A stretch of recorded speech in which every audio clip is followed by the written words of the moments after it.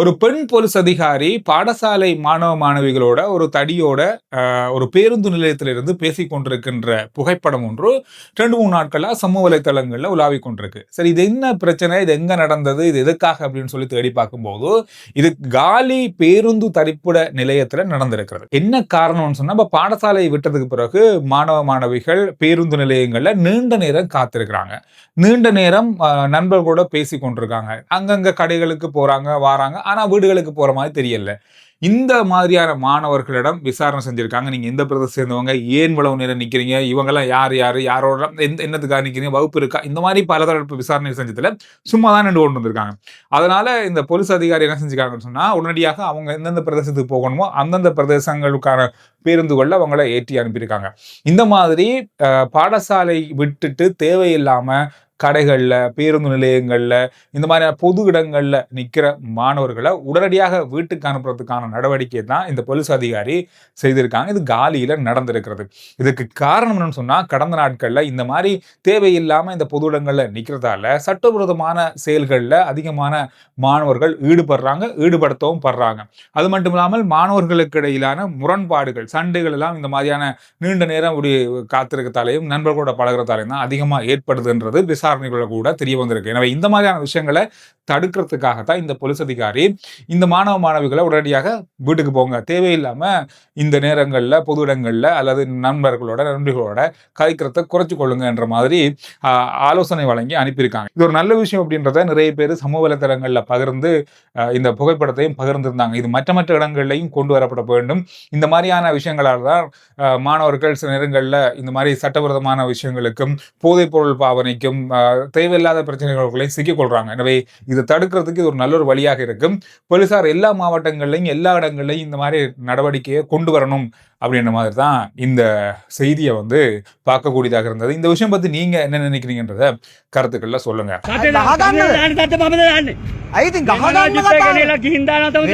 கடந்த நாட்கள்ல இந்த காணொளி சமூக வலைதளங்கள்ல பெரிய அளவாக பார்க்கப்பட்ட ஒரு காணொளி. இது எப்ப வந்தது, எப்ப போனது, எப்ப பதிவு செய்யப்பட்டது நம்ம தட்டி விட்டுருப்போம்.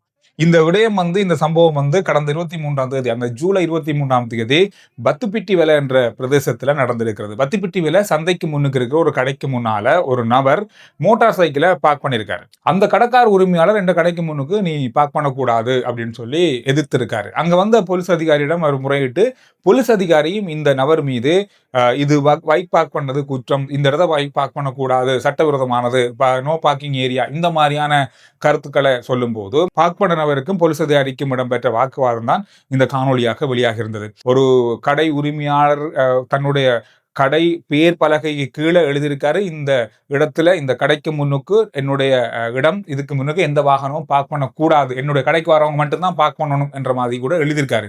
எனவே அவருக்கு எதிராக சட்ட நடவடிக்கை எடுக்காம பைக் பார்க் பண்ணவருக்கு எதிராக இந்த மாதிரி போலீஸ் அதிகாரி நடந்து கொண்டது கண்டிக்கத்தக்க விடயம் அப்படின்னு சொல்லி இந்த வீடியோ பெரிய அளவாக வைரலானது. இதை தொடர்ந்து போலீஸ் திணைக்களம் எடுத்துக்கொண்ட விசாரணைகள்ல இந்த அதிகாரி இப்பொழுது உடனடியாக பதவி நீக்கம் செய்யப்பட்டிருப்பதாக போலீஸ் திணைக்களத்தினுடைய உத்தியோகபூர்வ பேஸ்புக் தளத்தில் இன்று மதிய வேளையில இந்த செய்தி வெளியாகி இருந்தது.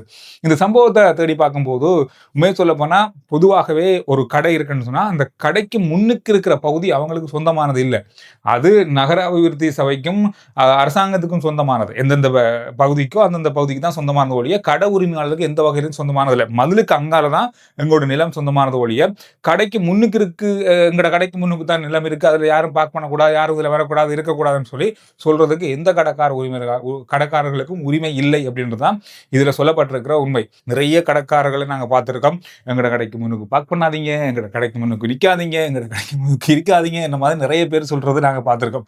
எனவே இந்த விஷயத்துக்கு எதிராக இந்த நாள்ல போலீஸ் திணைக்களம் அந்த அதிகாரியை உடனடியாக பதவி நீக்கம் செஞ்சிருக்கு. இதுக்கு காரணம் சொல்லிக்காங்கன்னு சொன்னா, அதிகாரி ஒரு பொது மகனோட நடந்து கொண்ட விதம் பயமுறுத்தும் வகையிலும் அச்சுறுத்தும் வகையில் நடந்து கொண்டிருக்காரு. போலீஸ் திணைக்களத்துடைய நற்பெயரை கலங்கப்படுத்தும் வகையில நடந்து கொண்டிருக்காரு. எனவே விசாரணைகள் அடிப்படையில வேற பதவி நீக்கம் செய்திருக்கும் அப்படின்னு சொல்லி அறிவிச்சிருக்காங்க. ஹம்பாந்தோட்டை துறைமுகத்துல கிட்டத்தட்ட 1025 வாகனங்கள் இன்னும் இறக்குமதி செய்யப்பட்ட இறக்குமதியாளர்களால வெளியில கொண்டு செல்லப்படல என்ற தகவல் இன்றைய நாள்ல உத்தியோகபூர்வமா வெளியாக இருக்கிறது. கடந்த நாட்களில் நாம் செய்தியை பார்த்தோம். இறக்குமதி செய்யப்பட்ட பல வாகனங்கள் அங்கேயே இருக்கு, யாருமே வெளியில கொண்டு போகல, தாமத கட்டணம், பார்க்கிங் கட்டணம் சொல்லி ஏராளமான கட்டணங்கள் இப்பொழுது அதுக்கு விதிக்கப்பட்டு கொண்டிருக்கு. இந்த காரணங்களால கூட அவங்க கொண்டு போகாம இருக்காங்க, அல்லது இறக்குமதியில் ஏற்பட்ட சிக்கல்களோ தெரியல அப்படின்னு சொல்லி சொல்லப்பட்டாலும் இன்றைய நல்ல சுங்கத் திணைக்களம் இது தொடர்பான ஒரு விரைவான விளக்கத்தை கொடுத்திருக்காங்க. 1025 வாகனங்கள் இருக்காம். கிட்டத்தட்ட 3 மாதம் 6 மாத காலத்துக்கு முன்பு இறக்கப்பட்ட வாகனங்கள் கூட அங்க இருக்குதாம். இந்த வாகனங்கள் ஏன் வெளியில கொண்டு போகல அப்படின்றது தங்களுக்கே தெரியாது அப்படின்னு சொல்றாங்க. இது நாம முதல்ல நினைச்சோம் சுங்க திணைக்களத்தால ஏதாவது தடைகள் இருக்கு, ஏதாவது கட்டுப்பாடுகள் விதிக்கப்பட்ட வாகனத்தை கொண்டு வந்துட்டாங்களோன்னு தான் செய்திகள் வந்தது. ஆனால் இன்றைய நாள்ல சுங்க திணைக்களம் என்ன சொல்றாங்கன்னு சொன்னா, ஹம்பாந்தோட்டை துறைமுகத்தில் இருக்கிற 1025 வாகனங்களுக்கும் சுங்க திணைக்களத்தினால எந்த ஒரு பிரச்சனையும் இல்லை, விடுவிக்கப்பட்ட வாகனங்கள் தான். இந்த வாகனத்தை அவங்க வெளியில கொண்டு போகலாம். அதுக்கு இன்னொரு காரணம் சொல்றாங்க, சில நேரத்தில் அதிக கட்டணங்களாக இருக்கலாம், இப்பொழுது வாகனத்தோட விலை அதிகரிப்பின் காரணமாக வெளியில கொண்டு வரதால் தங்களுக்கு நட்டம்னு சொல்லி அவங்க யோசிக்கலாம், பல காரணங்கள் இருக்கலாம். ஆனா சுங்க திணைக்களம் அதுக்கு காரணம் இல்லைன்னு சொல்லியிருக்காங்க. இந்த வாகனங்களை எது எப்படி இருந்தாலும் இறக்குமதியாளர்கள் இறக்குமதி செய்து சுங்க திணைக்களத்தினுடைய எல்லா பரிசோதனையும் முடிஞ்சதுக்கு பிறகு துறைமுகத்திலிருந்து 1 மாத காலத்துக்குள்ள அவங்க வெளியில கொண்டு போகணுமா. ஆனா இப்ப இருக்கிற பல வாகனங்கள் 6 மாதம் கடந்தும் இன்னும் வெளியில கொண்டு போகப்படல என்று சொல்றாங்க. சுங்கத் திணைக்களம் இதற்கு என்ன அடுத்த கட்ட நடவடிக்கை எடுக்கலாம் சட்டத்தின்படி பார்த்தா, 1 மாத காலத்துக்குள்ள இந்த வாகனங்களை அவங்க வெளியில கொண்டு போகலன்னு சொன்னா, இந்த வாகனத்தை டெண்டர் மூலமாக ஏலம் விடப்பட்டு அதை விற்பனை செய்து அதுல வர காசை வந்து சுங்கத் திணைக்களத்தினுடைய வரி, அரசாங்க வரி, இந்த தாமத கட்டணம் இது எல்லாத்தையும் எடுத்துட்டு மீதம் இருந்தா உரிமையாளர்களுக்கு கொடுப்பாங்க. இந்த மாதிரி ஒரு நிலைமை தான் செய்யணும். ஆனா இன்னும் 6 மாத காலமாகியும் கூட சுங்க திணைக்களம் அதை செய்யல. ஆனா உரிமையாளர்களிடம் இந்த வாகனங்களை வெளியில கொண்டு போகும்படி கோரிக்கை விடுத்திருக்காங்க. இன்னும் அதை எடுக்கலைன்னு சொல்லப்படுது. வரும் நாட்கள்ல இது ஏலத்துல வைக்கிறதுக்கான வாய்ப்பு தான் இருக்கும் போல தெரியுதுன்னு சொல்லப்படுது. எல்லினோ காலநிலை மாற்றமானது இலங்கையில வரப்போற 2 கிழமையிலிருந்து ஆரம்பிக்க போதாம். இந்த ஆரம்பிக்கின்ற இந்த 2 கிழமைக்கு பிறகு வர காலநிலை மாற்றம் அதிக வெப்பமாக இருக்கும்னு சொல்லி எச்சரிக்கப்பட்டிருக்கிறது.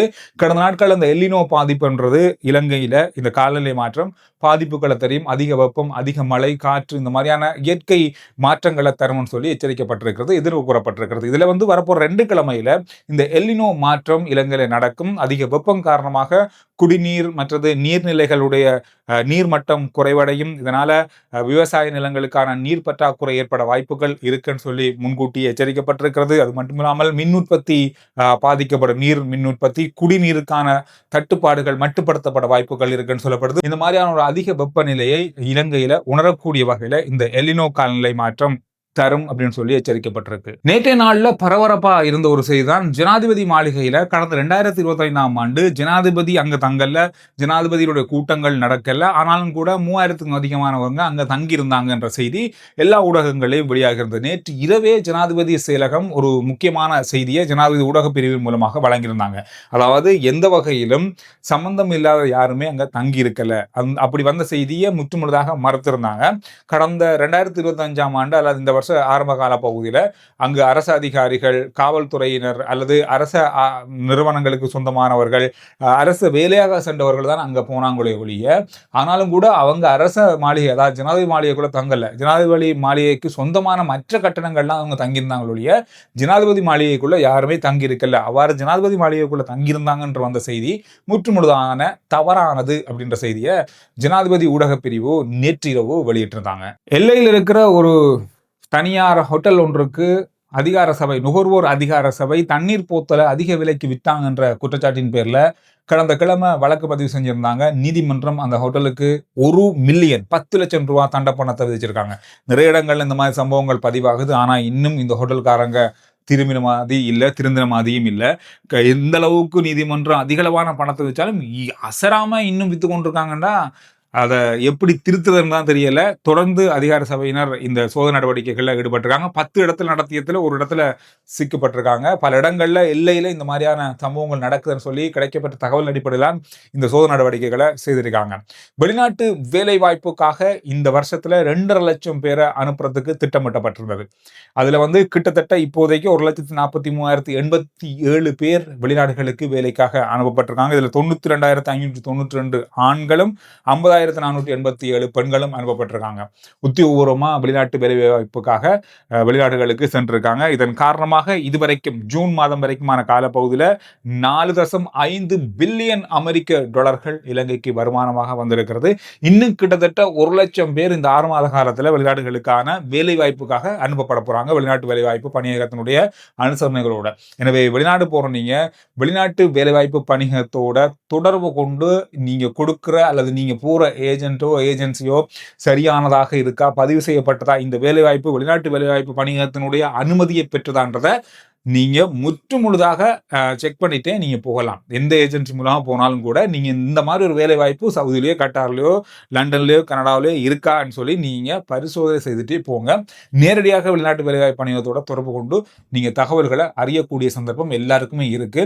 தயவு செய்து காசை ஏஜென்சி கொடுக்கறதுக்கு முதல்ல இந்த மாதிரி வேலைவாய்ப்பு இருக்கான்றதை பார்த்து கொடுங்க. கிட்டத்தட்ட 1 லட்சம் வேலைவாய்ப்புகள் உத்தியோகபூர்வமா இருக்கு. இந்த வேலைவாய்ப்புகள்ல உங்களுக்கு ஏற்ற வேலைவாய்ப்புகளும் இருக்கலாம். எனவே போறதுக்கு முதல்ல இந்த மாதிரியான விஷயங்களை கவனத்தில் கொள்ளுங்க. இந்த விஷயங்கள் தான் நல்லா பார்க்கப்பட்ட மிக முக்கியமான செய்திகளுடைய சுருக்கம்.